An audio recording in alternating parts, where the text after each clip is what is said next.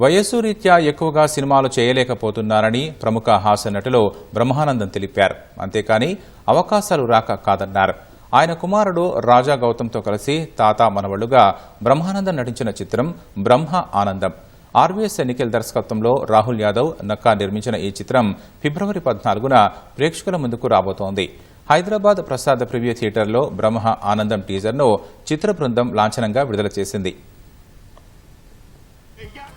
ఎంత స్పెషల్ ఈ మూవీ నాకు అనేది ఒక షాట్ లో చెప్పొచ్చండి. అంటే ఆయనతో స్క్రీన్ స్పేస్ షేర్ చేసుకోవటం, అందులో ఆయనతో పాటు కామెడీ చేయడం అనేది నాకు తెలిసి నా లైఫ్ లో బిగ్గెస్ట్ ఛాలెంజ్ ఏమో ప్రాబ్లీ. నేను సినిమాలో ఎంటర్ అయిన దగ్గర నుంచి ఇవాళ వరకు డెఫినెట్లీ వెరీ స్పెషల్ సినిమా. ఒక ఏజ్ ఒకటి అనవసరంగా పైకి వచ్చేసింది కదా, దాంతో ప్రతి ఒక్కరు రెస్పెక్ట్ ఇస్తున్నట్టు మాట్లాడతారు. నేను కూడా వాళ్ళని రిసీవ్ చేసుకున్నట్టు నేను మాట్లాడతాను. దాంతో ఇలాగ వీళ్ళందరూ కలిసి అద్భుతంగా యాక్ట్ చేసిన సినిమా.